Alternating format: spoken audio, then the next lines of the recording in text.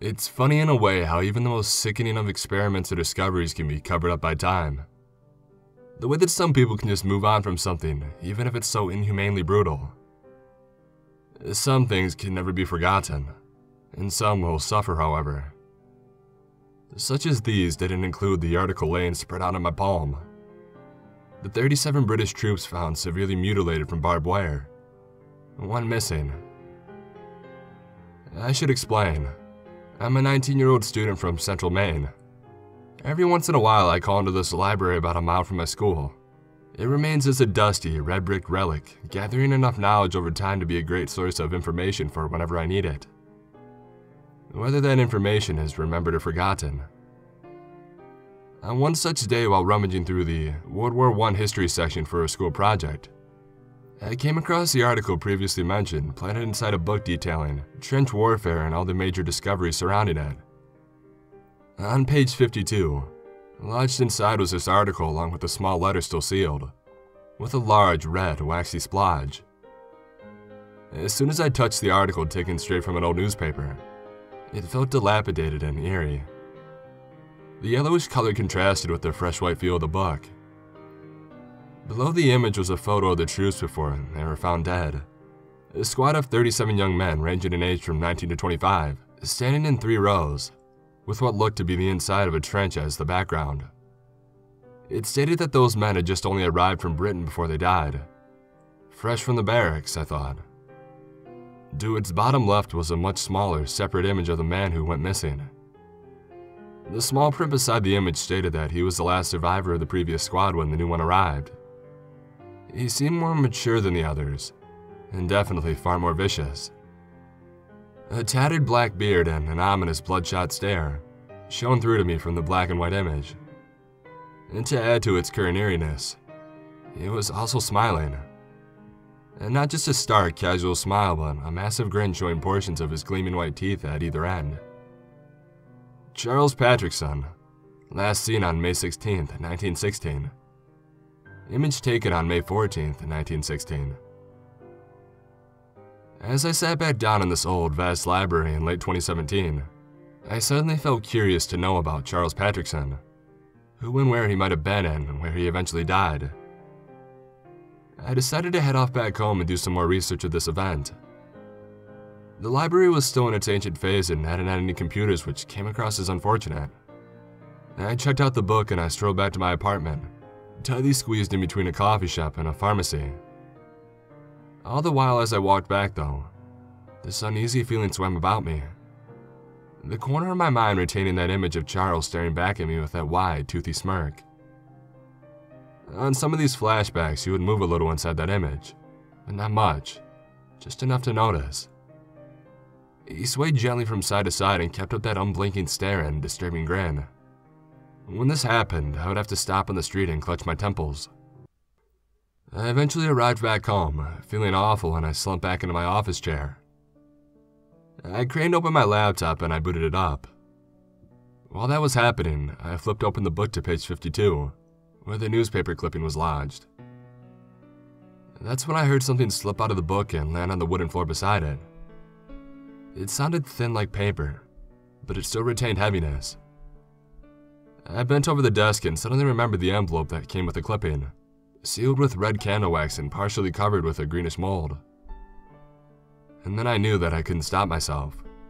I knew that I was going to open up that envelope and read everything it had to offer.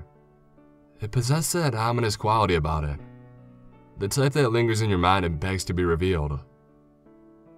I reached down and I picked up the envelope. The side sealed with wax came apart relatively easily, and the wax even felt slightly spongy. At that time, when I opened it up and I took out those diary entries, I was so eager to learn more about it that I didn't take into consideration what these entries might hold. My professors always acknowledged my expansive sense of curiosity. If only I would have known what I was about to read, though, would I have thrown all of it onto a massive bonfire and erased it from history forever. But there I was, openly reading the final diary entries of Charles Patrickson, last seen on May 16, 1916. May 10th, 1916. It's only me now. I'm the last one left of my squad. The last to leave me, Thomas, a mad Irish trader, sprinted from me last night. He feared starvation for a reason I can't understand due to the capacity of food left. He was shot down the moment he peered his wee head off the edge. Rifle shots seemed to stifle into him from every direction. From my position, the body was kept upright, flailing around due to the constant gunfire. He then tumbled onto the patchy grass outside the trench. This was exactly how the rest of them went. At these times of disloyalty were the only times that the enemy fired anything other than the gas. And the times when I don't have the gas, the putrid odor of the corpses deprives my sense of smell. Although none of them are lying with me inside the trenches, they lie near. I can hear the rodents and flies which are attracted, and I hear them biting and chewing and scratching. At first, the silence from the enemy frightened me. That constant absence of bullets. I hugged the lice-covered walls and prepared for a vigorous surprise attack from any direction. But then something happened, about 10 days ago. There were at least 20 alive back then. Sometime around noon, we were shelled from all around by new gas. In some spots, it was as if the gas poured out of the walls. There were multiple cries and shouts to warn us, but they were all lost in the thick wall of smoke the gas created around us. I couldn't see anything, be it 1 foot or 20 feet from me. I thrust my hands down to my utility belt, tightly secured around my waist, reaching down in a mad effort, hoping to find a gas mask. I found no mask. It suddenly occurred to me that I wouldn't be able to breathe in a matter of seconds and I would die of a choking and painful death. But I didn't. In fact, that feeling I had with the black gas was better than any other I've ever felt. I was feeling high off my heels and no longer found life to be a thing to worry about. The gas almost talked to me. It said, "Charles, it's okay now. You're doing just fine." My mother's voice. The war was totally forgotten about. The darkness lasted about 20 minutes. When my sight was regained, I stared across the trench to find the rest of my fellows still standing in the same position as before. Their gas masks seemed like frightening beasts. The entire squad returned my stare as they flung off their masks in shock. The high feeling of the gas hadn't completely faded and I uttered, "Good day, chaps. Lovely weather we're having, you think?"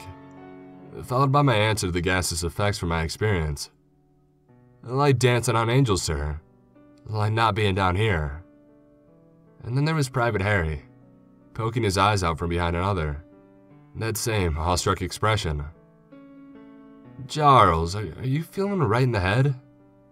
There was a tinge of Northern Irish in his voice, accompanied by the tone of a man far older than this. Giving him a nonchalant smirk, I reassured him that he wouldn't have anything to worry about. Ever since then, I have longed for the gas to come again. The gas makes me happy. The gas is my medicine, my friend. I'm beginning to wonder if saying that sounds crazy. I don't think it does. It carries me out from this disgusting war and into the free lands. It's not here now, though, and I'm the only one left because I was lucky enough to embrace the gas when it comes. Please, oh please, let the gas come soon. I just love that damn gas. Until the gas comes again. Yours sincerely, Charles Patrickson. May 14th, 1916. A long strip of barbed wire surrounds the trench's rim. It usually appears hateful and twisted, but the gas helps that. The gas can and will help everything. When the gas comes, it looks like a big tasty candy cane for me to gobble up. It is the only thing visible in the gas, by the way. But I have bigger news. More recruits arrived today. A fresh batch ready to be eaten up. Many were uneasy due to my appearance and attitude. They described me as looking like a monster, but I took this as a joke. Through the reflection of me in the puddles, I could clearly see just another smiling face. They also brought an old cameraman who took our pictures. He took my one separate to the others, towards the front of the trench. I gave my best smile and asked him if he would be staying to die with them. He gave a solemn sort of laugh and told me that he would head back soon after taking mine. And the Germans let him go, just like that. When my whole squad previously had dared to dart away from the gas, they'd been shot down instantly, but now, one man was able to leave. But that doesn't matter to me much. I told the young men about my gas. I could tell by their expressions and shared glances of insecurity that my advice would not be taken and their gas masks wouldn't be tossed over to the side. Although it means that they won't be able to share the profound exotic feeling of my gas, it does mean that there's more gas for me, right? Distributions of the gas have increased. I've given them one in the early morning, another in the afternoon, and one final one whenever the sun sets. It makes me feel better than ever before, but the longing feeling during those times, absent of it, have increased in severity. I sometimes wonder why the Germans haven't killed us already. Perhaps they are stocked with nothing but the gas and are not cruel Germans here to kill us, but instead just want to share their gas with us. It really confuses me, it does. But I'm still glad of it. Praise the gentle soul who had created this gas. Praise him, praise him, praise him. I salute you. Gas of peace. Gas of forgiving. Charles Patrickson. May 15th, 1916. I overhear them sometimes, you know, talking about me. The recruits, you see, they think I'm crazy. Crazy? They're the ones that are crazy. They refuse to embrace the gas's majesty, and they think of war and violence and cruelty. They think of many things. They have a plan to make a mad rush out of the trench and all the way back to Britain, just like the last of my squad. After the gas began, that's the only time they were shot at. One by one, the fools tried to escape, but they were picked off from seemingly everywhere. And now I know why, you see. We received some intercepted enemy intelligence today, which explained how the gas shelling us was called Geisterfeuer, which translates to mine fire. I respect its name and pledge my allegiance to mine fire and wherever it takes me. Praise mine fire. Praise mine fire. Praise mine fire. Charles Patrickson praises mine fire. Charles Patrickson praises mine fire. Mine fire, mine fire, mine fire. I slammed down the warm paper to my desk with that. This was messed up. This was so damn messed up. But there were still 2 entries remaining. Screw this, I thought, and I stood up from the desk and walked out to the kitchen. I began to pour a glass of water with the glass clutched in a shaky hand when suddenly the title of the article flashed into my vision for a second. The 37 British troops found severely mutilated from barbed wire. 1 missing. Charles Patrickson and his gas had cut into the flesh of my mind. I tried not to think of those 2 things together. It was surely just a coincidence. I glanced down suddenly to find the glass overflowing. I gulped the water down like a cow and I paced back to my desk. Everywhere I looked now, there he was, staring back at me with 2 crazy bloodshot eyes and a massive grin. Maybe he just went insane and ran off into the woods. That didn't make sense though. The gas was in the trench and not in the woods, thus he would be shot down almost instantaneously. I gave a distorted cry then, as he had suddenly appeared here, sitting atop my desk, feet dangling from the edge like a puppet. He was smiling widely, but in the spaces where I should have been were 2 dark, caved-in holes that seemed to stare through me. The air felt heavier around here now. No, this couldn't have been real. I was being hysterical. Yeah, Sal, you got it. I murdered those men, Sal, and now I'm coming for you. The hallucination screamed in a deep, deafening tone. I began blinking vigorously, hoping it would get rid of this disturbing hallucination before me. And it did. That wasn't real. I sat back at the desk once more and continued reading. I knew how this was going to end, but it so frightened me and made me curious at the same time.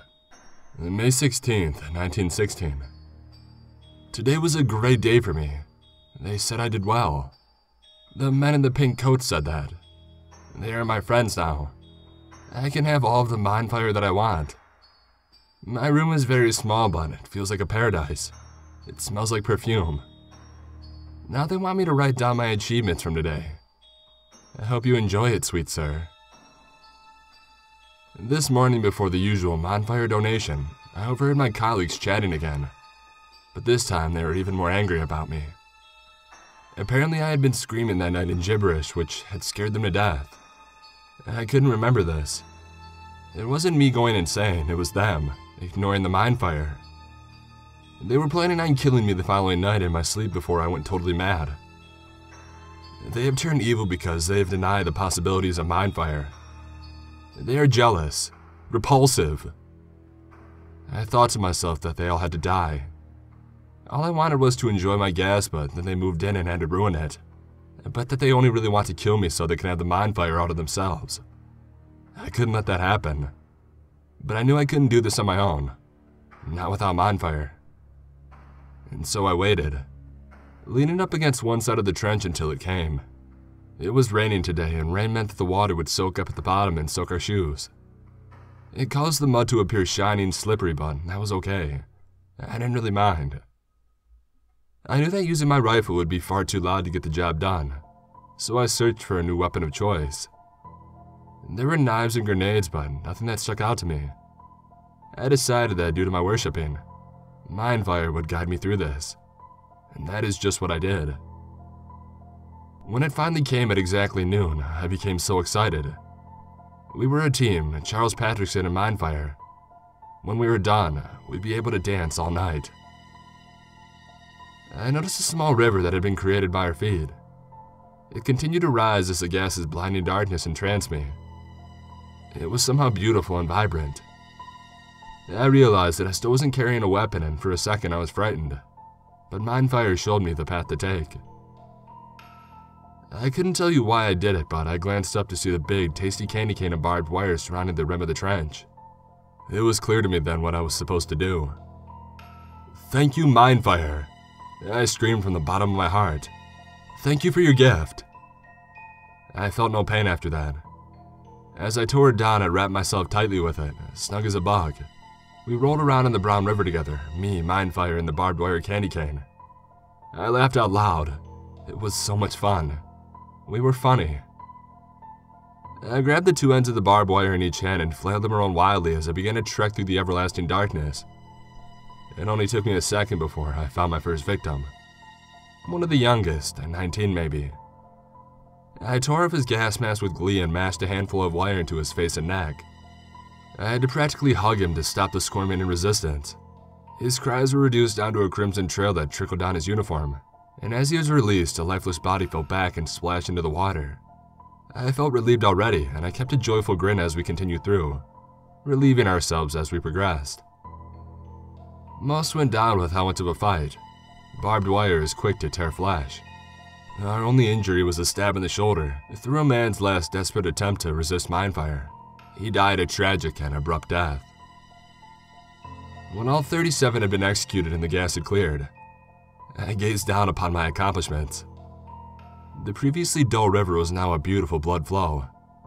It somehow flowed angelically, and yet, gazing around the men's corpses calmly bobbing in the water, I still wasn't satisfied.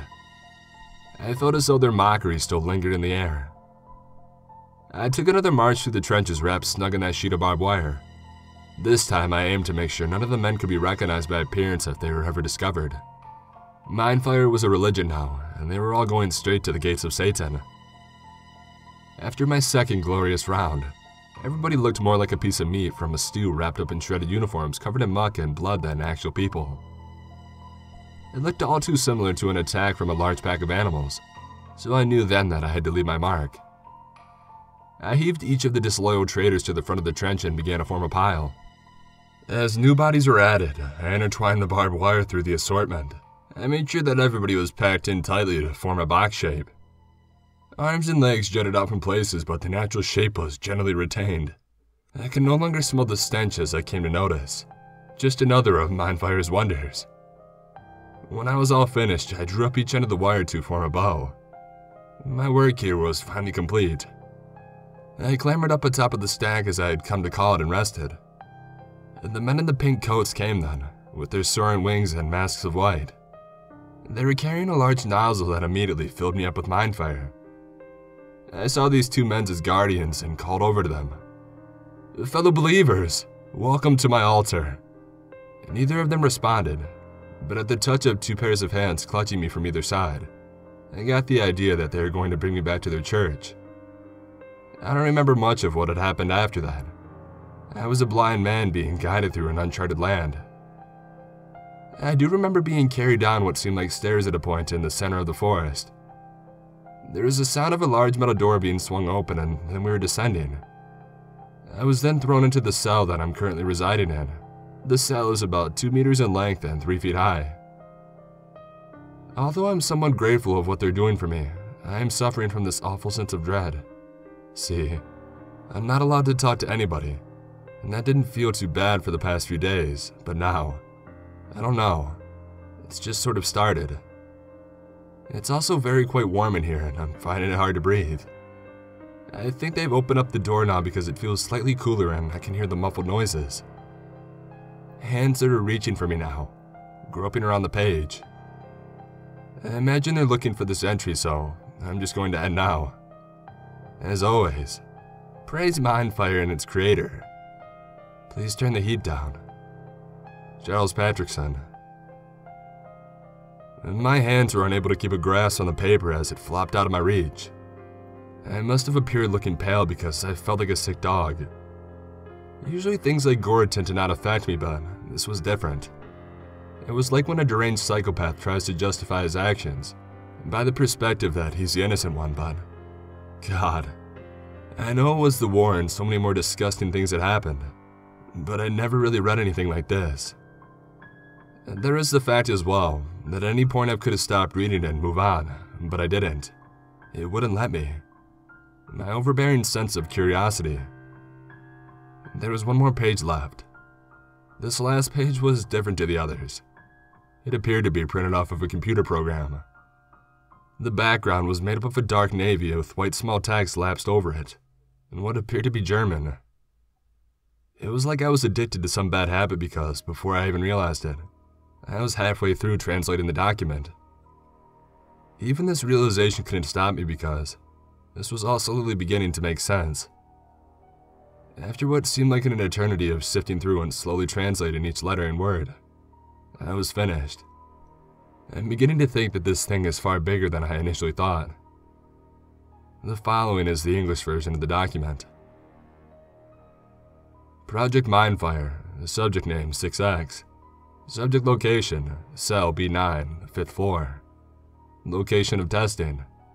Testing trench, 2.3 miles from base. Mental state, unknown. Substance of testing. Mindfire gas, contents classified. Time period of testing, 20 days. Analysis from Dr. Ike. At 1600 on the 25th of April, we fired a test round of the gas to judge the subject's reactions. While other subjects seemed inclined to avoid the gas at all costs, the 6X showed no form of resistance to the gas, and appeared more relaxed than the others. Although a recent test in the lab showed that his blood contained twice the amount of oxygen to a regular sample for unexplained reasons. On day 15, we increased 6X's intake of the gas from 2 regular intervals to 3. His heart rate exceeded its previous average during random periods. We also tested his reactions to letting a cameraman leave in the delivery of the gas's name. He took no notice to either.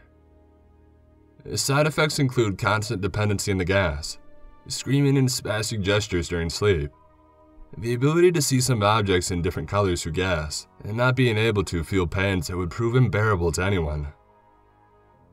6X was found with deep wounds all over his body from what we can assume is mainly from the barbed wire. We were also unable to stop him constantly grinning. Our final result was successful in wiping out the squad, although the gas failed to be both practical or efficient. Project Mindfire will be permanently discontinued and is not liable for battle purposes. 6S has been successfully exterminated in the furnace room by this time, and a distress signal was sent to the nearest British camp from Test Trench 5. Finally, I fear that the gas used is all too similar to the gas proposed to be used in the sleep experiments. Until further notice, keep the gas in storage. But that was it. Just a single report. I don't know how to feel after reading this. Hell, it was disturbing, but I wasn't disturbed by that. The thing that disturbs me is how much bigger this whole thing seems than I originally thought. Just to think that this was only one file. One file among probably thousands. Charles Patrickson is just one tiny puzzle piece of something much darker. And on top of that is the fact that not a single person alive knows it exists. I searched up on the web about it, by the way. The best thing I found was a software advertisement. And afterwards, I just continued on with my regular life like nothing ever happened. I've never had another one of those disturbing Charles visions afterwards. However, I do still think of one statement from the newspaper article I found beside the envelope. At the end of the report in smaller print to everything else, bodies of men found in random trench surrounded by forestry with not a British or German outpost for over 100 miles in every direction.